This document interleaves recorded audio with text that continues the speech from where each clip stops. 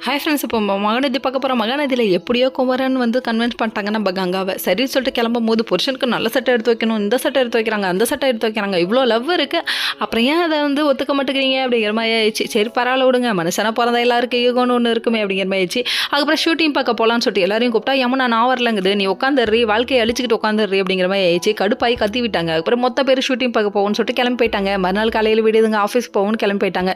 இன்னொரு பக்கம் நம்ம காவேரிக்கும் விஜய் சிங்க்கு செட்டே ஆகலைங்க. ரெண்டு பேரும் இப்படி முறைச்சிக்கிட்டே இருந்தால் எப்படிமா ஆடியன்ஸுக்குலாம் கடுப்பாகுதுல்ல, பார்க்குறவங்களுக்கு கொஞ்சம் ஹாப்பியாக இருக்கணும்ப்பா, நீங்களாம் இப்படி பண்ணக்கூடாதுப்பா அப்படிங்கிற மாதிரி ஆயிடுச்சு. அதுக்கப்புறம் ரெண்டு பேருக்கு இடையில ஒரு பாட்டை போட்டு விட்டாங்க, சண்டைக்காரி நீ தான் சண்டைக்கோழி நீ தான் சொல்லிட்டு. அந்த பாட்டு இவங்களுக்கு கரெக்டாக இருக்கும் அப்படிங்கிற மாதிரி ஆயிடுச்சு. அதுக்கப்புறம் என்ன பண்ணிட்டாங்கன்னா, நீ இங்கே வா, உன்ட்ட கொஞ்சம் தனியாக பேசணும்னு சொல்லிட்டு கூட்டு போய் நிற்க வச்சு, ஏன் எப்போ பாரு நீ அதையே பற்றி பேசுகிற, பேசாதடி கான்ட்ராக்டை பற்றின்னு சொல்லிட்டு கடுப்பாய் கத்தி விட்டாரு. ஆமாம் நான் கான்ட்ராக்ட் வைஃப் தானேன்னு சொல்லிடுறாங்க. சும்மா மூச்சுக்கு 300 தடவை அப்படி சொல்லாதடி, நீ என் ஒரிஜினல் பொண்டாட்டி அப்படின்னு கத்த வேண்டியது தானே. வாய் வரைக்கும் வந்துருச்சு, ஏன் உண்மை சொல்லாமல் இருக்க, உண்மை சொல்லியிருந்தா வாழ்க்கை நல்லா இருந்திருக்குமே.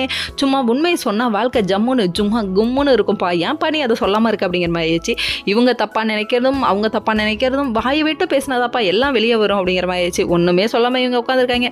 என்னதான் இருந்தாலும் நான் கான்ட்ராக்ட் வைஃப் தானே சொல்கிறாங்க. சொன்னதுக்கப்புறமா இப்படியே சொல்லி கடுப்பேற்றுறாரே அப்படிங்கிற மாதிரி ஆயிடுச்சு.